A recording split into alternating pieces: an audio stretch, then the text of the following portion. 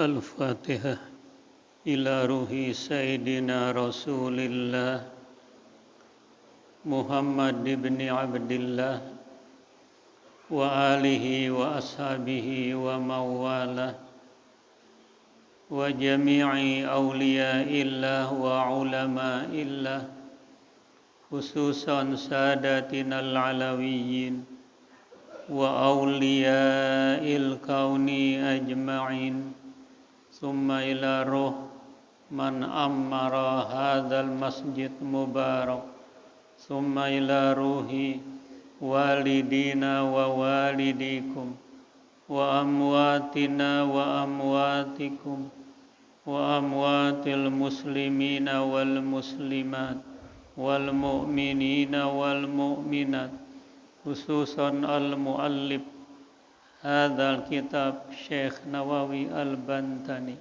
wa summa ila ruh Syekh Muhammad Syafi'i Hazami wa ila ruh Haji Ahmad Tabrani bin Haji Sa'inan khina fillah Matiyuzan bin Muhammad Salih Syekhuna Najim wa matikal faqira zawjati wahid Nadi Aslamiyah annallaha yataghashahum birrahmah wal maghfirah wa ila hadratin Nabi Muhammadin sallallahu alaihi wasallam Al-Fatihah.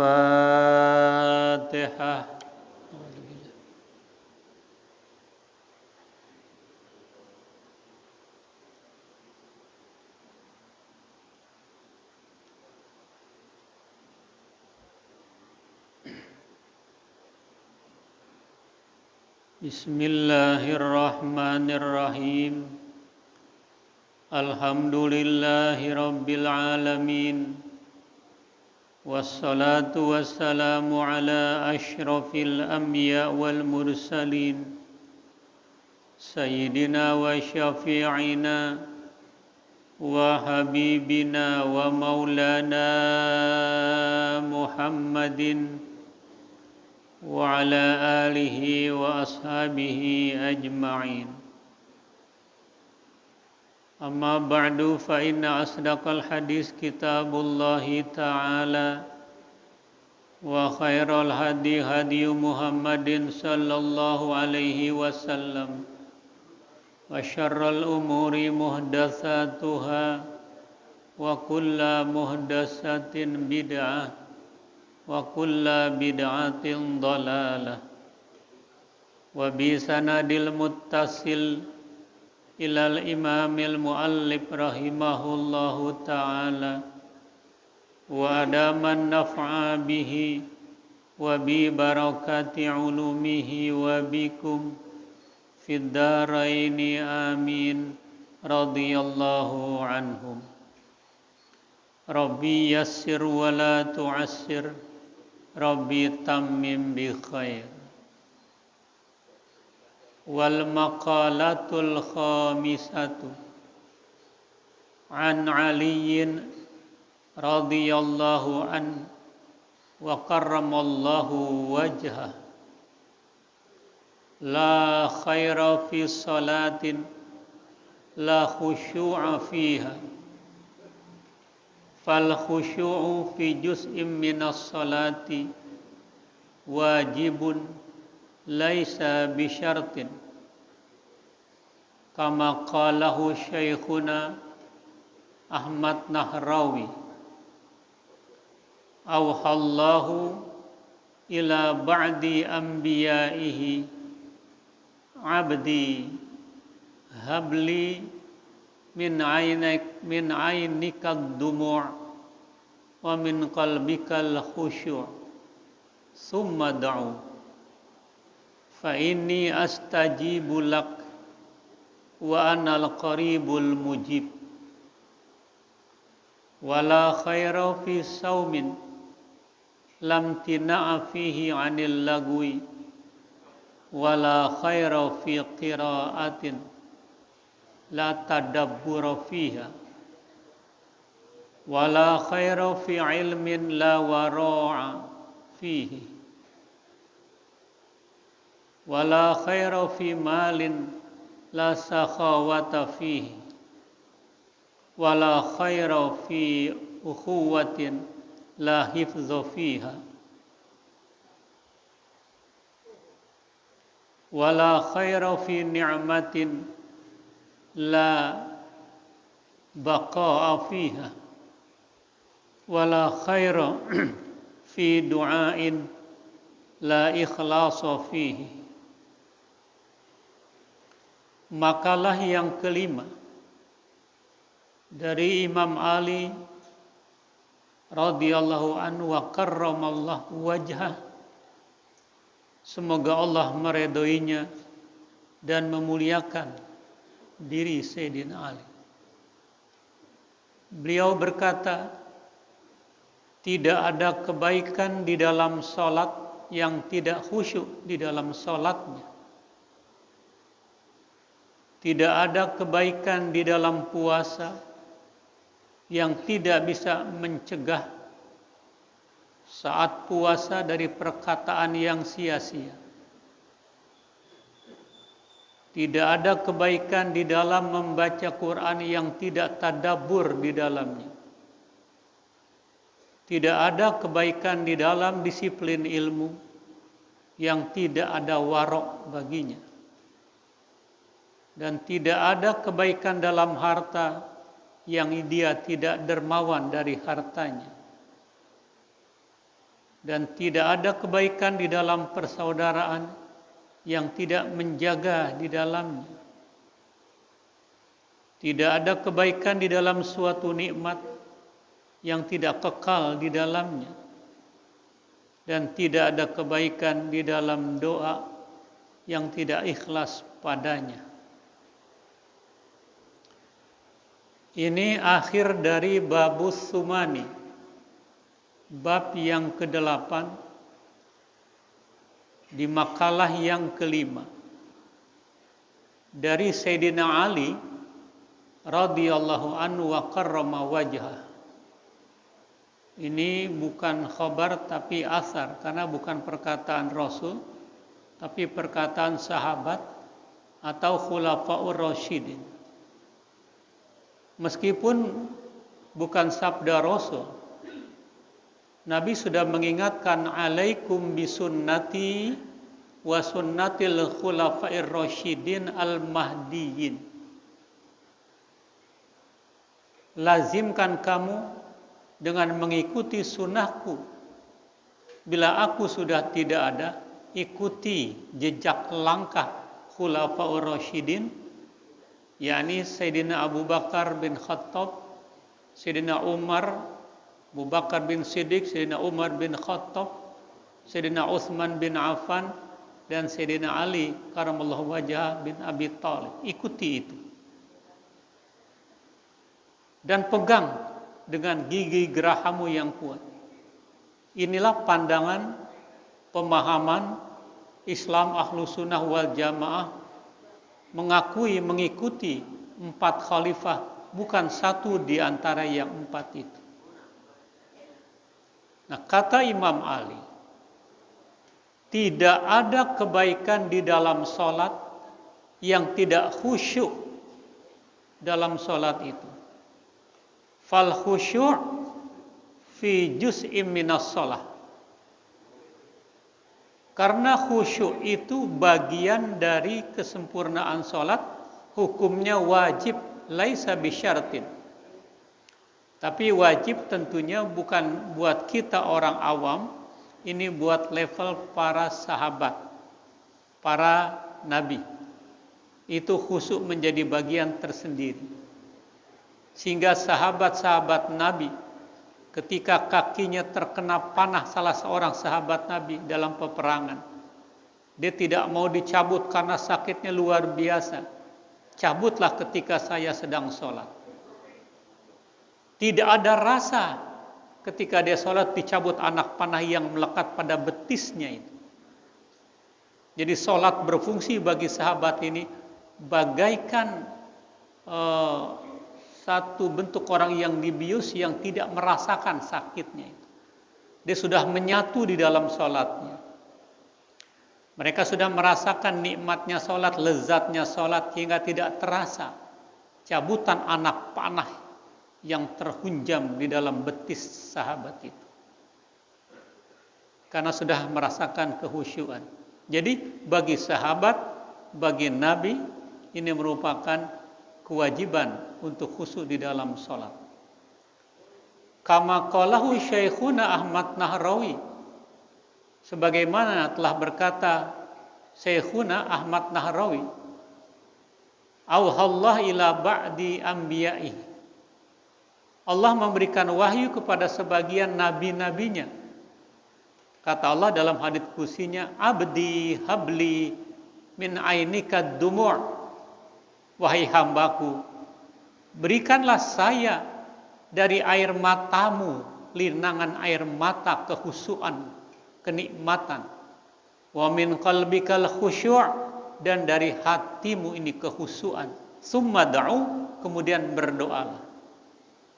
Jadi sahabat dan sebagian anbiya itu diperkenankan, diharuskan untuk memberikan linangan air mata kehusuan, kesedihan, kenikmatan, dan memberikan kehusuan hati baru berdoa. Karena Allah tidak menerima orang yang berdoa min qalbin ghafilin lahin. Allah tidak memperkenankan orang yang berdoa bila dia lalai dalam doanya, bila dia bermain-main dalam doanya, bila dia tidak fokus dalam doanya. Itu bagian syarat tersendiri bagi sebagian anbiya untuk melinangkan air matanya, kemudian untuk khusyuk di dalam hatinya, baru dia berdoa.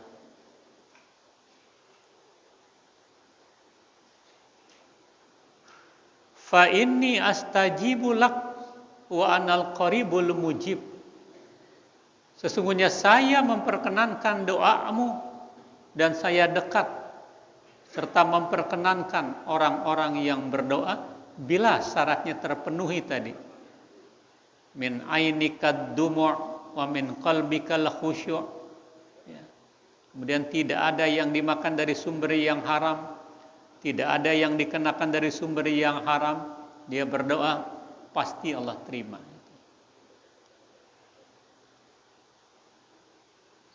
Wala khaira fi saumin lam tina'a fihi anil lagwi. Tidak ada kebaikan di dalam puasa, baik puasa wajib maupun puasa sunnah, yang tidak bisa mencegah pada saat puasa itu perkataan yang sia-sia. Jadi puasa bukan sekedar menahan dahaga dan lapar saja, tapi menahan organ tubuh lainnya untuk tidak terjerembab di dalam bentuk kemaksiatan, termasuk omongan sia-sia, omongan yang melampaui batas, apalagi ngomongin kejelekan orang. Itu bagian dari puasa yang tidak ada kebaikan di dalamnya. Pantas Nabi bersabda, kam min shaimin laisa lahu min siyamihi ila ju' wal atash. Berapa banyak orang yang berpuasa sekedar menahan dahaga dan lapar karena tidak ada nilai. Puasa juga, ngedumel juga, puasa juga, lihat yang haram juga, puasa juga, ceritain orang juga, puasa juga, bohong jalan terus, STMJ jadinya. Saum terus, maksiat jalan terus. Itu tidak ada kebaikan. Nah, karena itu puasa Ramadan yang lalu jangan membuat kita menjadi puas, jangan buat kita menjadi ujub dengan diri kita. Karena kata Rasul, lan yashba'a mu'minun min khairin hatta muntahahul jannah. Idealnya orang yang beriman jangan merasa puas dengan apa yang sudah dilakukan, puas-puasnya kalau sudah masuk ke dalam surga. Selama dia hidup jangan puas dulu, karena masih berproses. Dia bisa akhirnya su'ul khotimah, dia bisa akhirnya husnul khotimah, alhamdulillah. Ini yang Nabi ingatkan.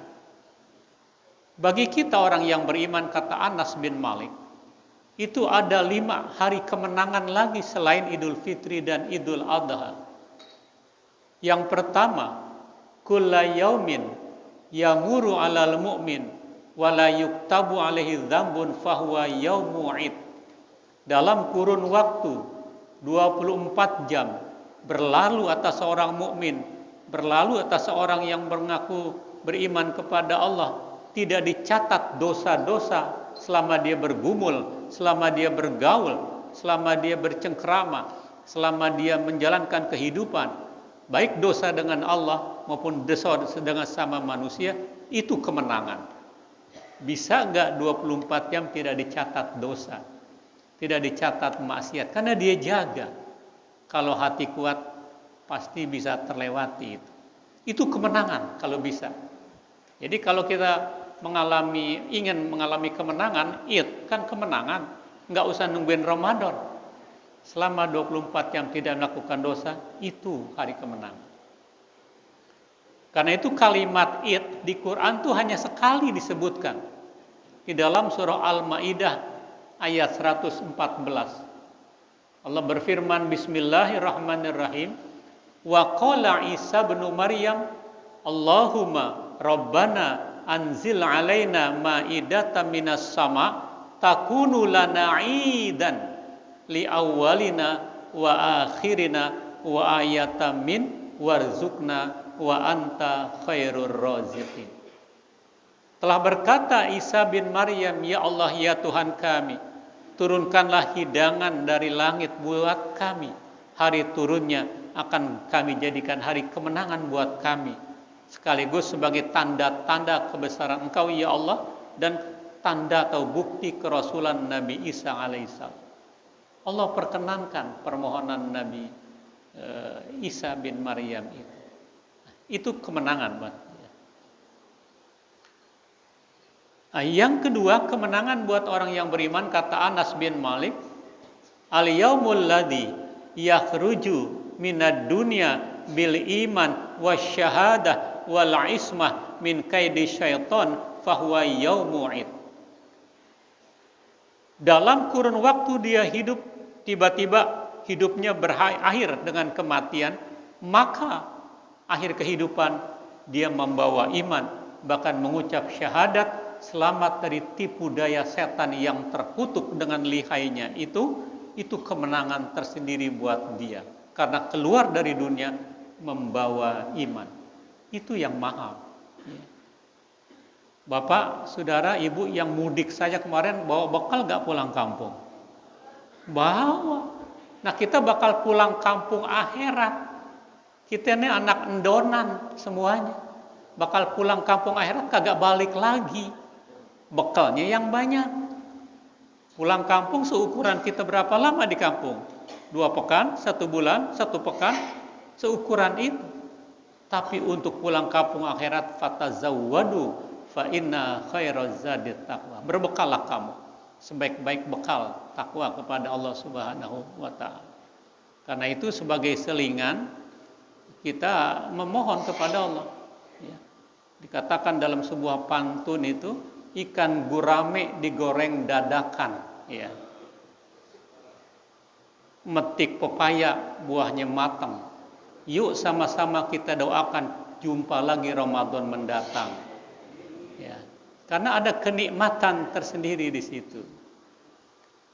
Lalu yang ketiga, al-yaumul ladzi yujawizu fihi sirat wa ya'man minal jahim fahuwa yaumu 'id. Wa yakhlus min aidil khusum wa zabaniyah fahuwa yaumu 'id. Saatnya melintasi titian, semua orang nanti melintasi itu. Ya, wa inna minkum wariduha, itu hatmam maqdiyah, ketentuan yang Allah sudah pastikan. Orang melewati titian jembatan, di bawahnya itu jilatan, ledakan, kobangan api neraka yang panas. Kecuali ada beberapa hamba Allah yang tidak dihisap, yang begitu gampang. Ini nanti ada yang secepat kilat, ada yang seperti orang sprint lari cepat, ada yang juga lari ringan, ada juga merangkak-rangkak, ngesot-ngesot, jatuh di bawahnya neraka. Nah, kalau kita selamat dari itu, itulah kemenangan tersendiri. Yang keempat, kemenangan buat kita, al-yaumul ladzi Yadkhulu fihil jannah wa ya'man minal jahim fahuwa yaumu'id. Saatnya dia wafat menghadap Allah, masuk ke dalam surga, selamat dari neraka jahanam, itu kemenangan. Di situ baru puas, karena tidak ada lagi proses kehidupan, yang ada namanya hari pembalasan. Faman ya'mal mithqala dzarratin khairan yarah wa man ya'mal mithqala dzarratin syarran yarah. Itu kemenangan. Yang kelima, al-yaumul ladzi yansuru fi ila rabbi fahuwa yaumu'id. Di dalam surga, seizin Allah Subhanahu wa taala, dapat melihat zat Allah Subhanahu wa taala, itu kemenangan, itu kepuasan tersendiri. Sama seperti orang kampung yang nggak pernah melihat kota-kota besar, dari pegunungan yang paling dalam dibawa ke kota besar, kota Jakarta. Sampai Jakarta dia melihat terperangah, kagum dengan gedung-gedung pencakar langit. Karena di kampung yang dilihat biasanya jembatan, bawahnya kali, ya. Sepanjang jauh mata memandang pegunungan sawah ladang. Ini ternyata gedung-gedung bertingkat, pencakar langit. Diajak ke istana, kagum melihat istana presiden. Dan lebih kagum lagi ketika diterima oleh presiden, berjabatan tangan, viral masuk TV. Itu senang, itu bahagia. Nah, begitulah seorang muslim. Dia bisa berjumpa dengan Allah, yang penting beramal soleh. Famay yarju liqa'a rabbih falyamal amalan sholihan wala yusyrik bi ibadati rabbih ahada. Siapa yang mengharap berjumpa dengan Allah, beramal soleh saja. Ya. Itu kemenangan. Ya, kita kembali kepada kaji kita. Wala khaira fi qiraatil Qur'an la tadabbura fiha. Tidak ada kebaikan terhadap orang yang baca Quran yang tidak tadabbur. Baca Quran memang peribadatan, walaupun nggak tahu maknanya dapat pahala, dapat ibadah.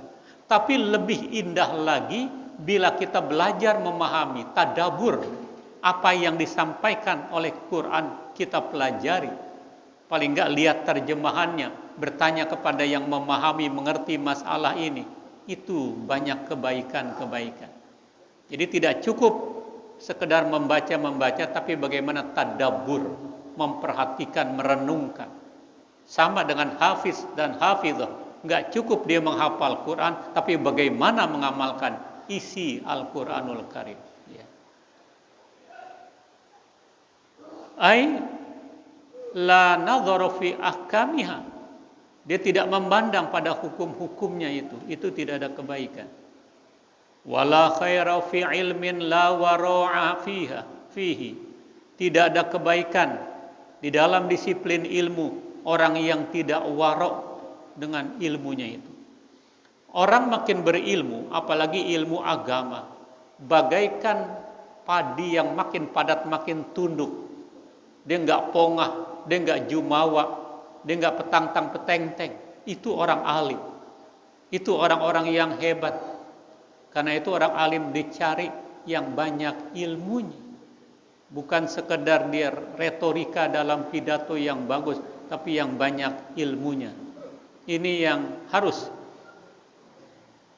Nah, kalau orang alim tidak mengamalkan disiplin keilmuannya, dia akan diazab lebih dulu sebelum orang yang menyembah patung berhala. Dalam Zubat dikatakan fa'alimun lam ya'malan bi'ilmihi mu'azzabun min qabli ubadil wasani. Orang alim sekali tapi tidak mengamalkan ilmunya, dia diazab lebih dulu sebelum orang menyembah patung berhala. Jadi tidak ada kebaikan dalam ilmu bila orang tidak warok dalam ilmunya itu. Anis syubuhat wal muharramat, apakah dari yang subhat atau dari yang haram. Fihi ma'al ilmi qala Nabi sallallahu alaihi wasallam, Nabi bersabda, manittaqash syubuhati faqad istabra'a li dinihi wa irdihi.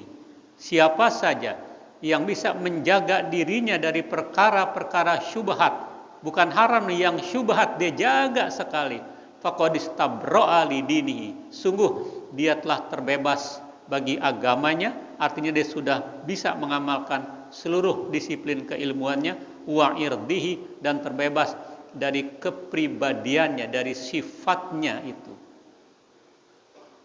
Wa man waqa'a fi syubhat waqa'a fil haram. Tapi siapa yang jatuh di dalam syubhat, maka dia jatuh di dalam bentuk keharaman. Syubhat itu yang belum jelas kehalalannya, belum jelas keharamannya. Bagi orang yang bertakwa, tinggalkan da'ma yuribuka ila ma la yuribuka. Tinggalkan apa yang meragukan kamu sampai datang keyakinan. Ini yang harus. Karena kalau orang yang punya ilmu, dia harus warok. Tidak boleh sembrono, tidak boleh dia rakus, tidak boleh pedoman hidupnya H3T, halal, haram, hantem terus, tidak. Orang banyak ilmu harus makin takut pada Allah Subhanahu wa taala, karena innama yakhsyallaha min ibadihil ulama'u. Hanya saja di antara hamba-hamba Allah yang takut kepada Allah adalah ulama-ulama, orang yang banyak ilmunya. Kalau ulama tidak takut sama Allah, ulama tidak mengamalkan ilmunya, belum namanya ulama, masih ubaru, yang perlu harus ditingkatkan semangat takwanya itu.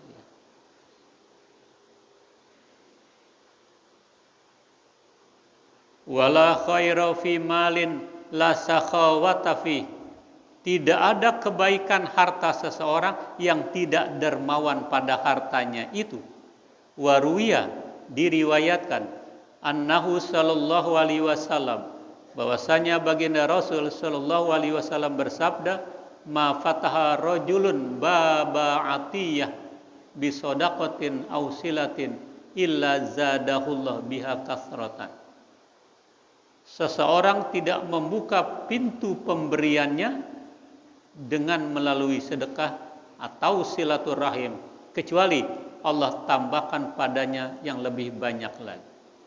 Jadi orang yang banyak harta harus dermawan, karena terbukanya pintu-pintu kebaikan, Allah tambahkan rezeki padanya dengan kedermawanan itu.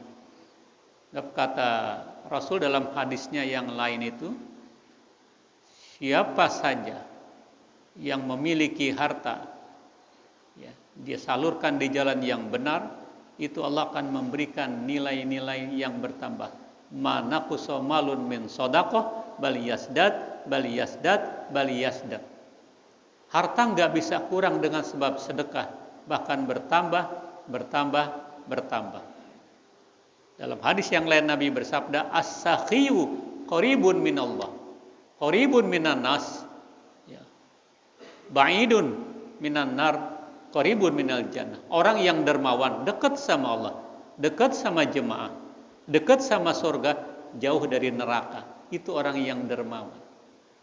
Tapi orang yang bakhlul, orang yang bakhil, pelit, korek, buntut gasiran, itu dekatnya ke neraka, jauh sama Allah, jauh dari masyarakat, jauh dari surga, dekatnya ke neraka. Al-bakhil, orang yang bakhil itu ba'idun min Allah, jauh dari rahmat Allah. Ba'idun minal jamaah, minan nas, jauh dari masyarakat. Orang baru mau masuk, belum tentu minta sumbangan, udah tutup hordeng, tutup pintu. Oh, udah, sudah jangan datang lagi ke situ. Dijauhin sama masyarakat. Ba'idun minal jannah, jauh dari surga. Qaribun minan nar, dekatnya ke neraka. Orang yang bakhil, ya.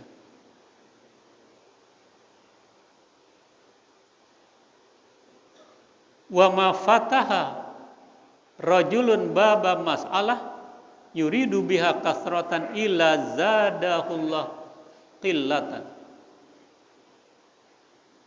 Dan seseorang tidak membuka pintu permohonan kecuali dia ingin dengannya lebih banyak lagi, kecuali Allah tambahkan sedikitnya itu. Itu buat orang yang bakhil, bukan bertambah tapi makin berkurang. Rawahul Baihaqi. Wala khaira fi ukhuwatin la hifza fiha. Tidak ada nilai kebaikan dalam persaudaraan orang yang tidak menjaga nilai persaudaraan. Ruwiya anin Nabi sallallahu alaihi wasallam qol, diriwayatkan dari baginda Rasul sallallahu alaihi wasallam, Nabi bersabda, "Alaikum bi ikhwani sofa." Lazimkan kamu bersahabat dengan saudara-saudara yang jernih pikirannya. Fa innahum zinatun fir raha, karena mereka itu hiasan saat kesenangan, wa ismah minal bala, menjadi pelindung di dalam bala. Warwa Abu Zubair an Sahal bin Sa'ad anna Nabi sallallahu alaihi wasallam qala al mar'u katsirun bi akhihi. Abu Zubair meriwayatkan dari Sahal bin Sa'ad bahwasanya Nabi bersabda, seseorang itu banyak saudaranya. Wala khairu fi suhbatin, tidak ada kebaikan di dalam persahabatan, man la yarolak, terhadap orang yang tidak memandang bagimu daripada kebenaran seperti apa yang kau lihat padanya itu. Jadi nilai persaudaraan yang harus dijaga, persaudaraannya, kemudian lagi pemberiannya, hindarkan konflik, hindarkan tawuran. Karena bangsa ini dari semua elemen ini banyak yang mau diadu-adu, antar tokoh diadu, antar partai diadu, kiai sama habaib diadu, anak remaja diadu, semuanya ada konflik internal. Kalau ini yang terjadi, maka gampang menjajah bangsa ini karena sudah terporak-poranda kesatuan persatuannya. Karena itu kita jaga ini, jangan sampai ada konflik internal antara pengurus, antar umat Islam, antar tetangga. Karena yang namanya tawuran, yang namanya konflik, dua-duanya kalah, dua-duanya rugi, dua-duanya nyesel dan nyesel. Karena banyak pihak ketiga nanti yang akan merebut Indonesia. Kalau semuanya sudah terpecah-pecah, menjadi gampang merebutnya itu. Ini yang harus kita jaga, nilai persaudaraan lintas sektoral. Wala khaira fi ni'matin la baqa'a fiha. Tidak ada kebaikan di dalam sebuah nikmat yang tidak kekal di dalamnya. Wa kana ba'duhum, adalah sebagian mereka berdoa dengan doa ini, bihada doa, Allahumma la taslub minni ni'matan an'amta biha alayya. Ya Allah, jangan kau hilangkan dariku nikmat yang telah kau berikan nikmat itu kepadaku. Jangan sampai hilang nikmat itu. Jadi kita syukuri, nanti Allah tambahkan nikmat itu. Wa itta'adzana rabbukum la in syakartum la azidannakum wa la in kafartum inna azabi lasyadid. Wala khaira fi du'ain la ikhlasa fihi. Tidak ada kebaikan di dalam doa yang tidak ikhlas di dalam doa itu. Ruwiya annahu sallallahu alaihi wasallam, diriwayatkan bahwasanya baginda Rasul sallallahu alaihi wasallam bersabda, inna hadhil quluba aw'iyatun fa khairuha aw'aha fa idza sa'altumullaha fas'aluhu wa antum wattaqun bil ijabah. Sesungguhnya hati-hati ini adalah merupakan bejana, maka kebaikannya itu wadahnya. Apabila kamu meminta kepada Allah, mohonkanlah dalam keadaan merasa yakin doa kamu akan diterima oleh Allah Subhanahu wa taala. Ud'ullah wa antum muqinuna bil ijabah. Ketika berdoa, yakinkan doa kita diterima oleh Allah Subhanahu wa taala, asal syaratnya dipenuhi. Bersihkan hati dari syirik, dari munafik, dari ujub, dari riya, dari sum'ah. Yang melekat pastikan bukan dari sumber yang haram. Pastikan kita menghadap kiblat, pastikan kita dalam keadaan berwudu dan fokus karena Allah. Maka istighfar dulu. Kenapa habis sholat kita istighfar? Bukankah istighfar itu biasa orang melakukan keburukan, melakukan kesalahan? Apa salahnya di dalam sholat? Kenapa harus kita istighfar? Karena di dalam sholat enggak semuanya orang 100% bisa khusyuk. Kadang-kadang, maaf, jogrogannya ada di buru Sa'ban, tapi pikirannya melayang kemana-mana. Bisa seperti itu. Sholat seseorang diterima menurut kadar kehusuannya, kadar memahaminya seperti itu. Enggak sama semuanya mendapatkan nilai pahala. Enggak sama dalam kantor ini orang golongannya berbeda-beda. Maka honorarium juga berbeda-beda, TKD-nya juga berbeda-beda, tergantung tingkatnya. Nah, ini yang harus kita perbaiki hati kita supaya ini benar-benar doa kita diperkenankan oleh Allah Subhanahu wa taala. Fa innallaha la yastajibu du'aan man da'a min zahri qalbin ghafilin. Sesungguhnya Allah tidak menerima doa orang yang berdoa dari tampaknya tapi qalbin ghafilin, tampak hati yang lalai. Angkat tangan tapi matanya kemana-mana, gerakan postur tubuhnya nggak ada ketenangan, maka itu indikasi dia sedang tidak tenang hatinya itu. Maka diperlukan di sini kebersihan hati. Nah, inilah di penghujung babus sumani. Nanti insya Allah kita sudah masuki babut tusa'i, bab yang ke-9. Wallahu a'lam bissawab.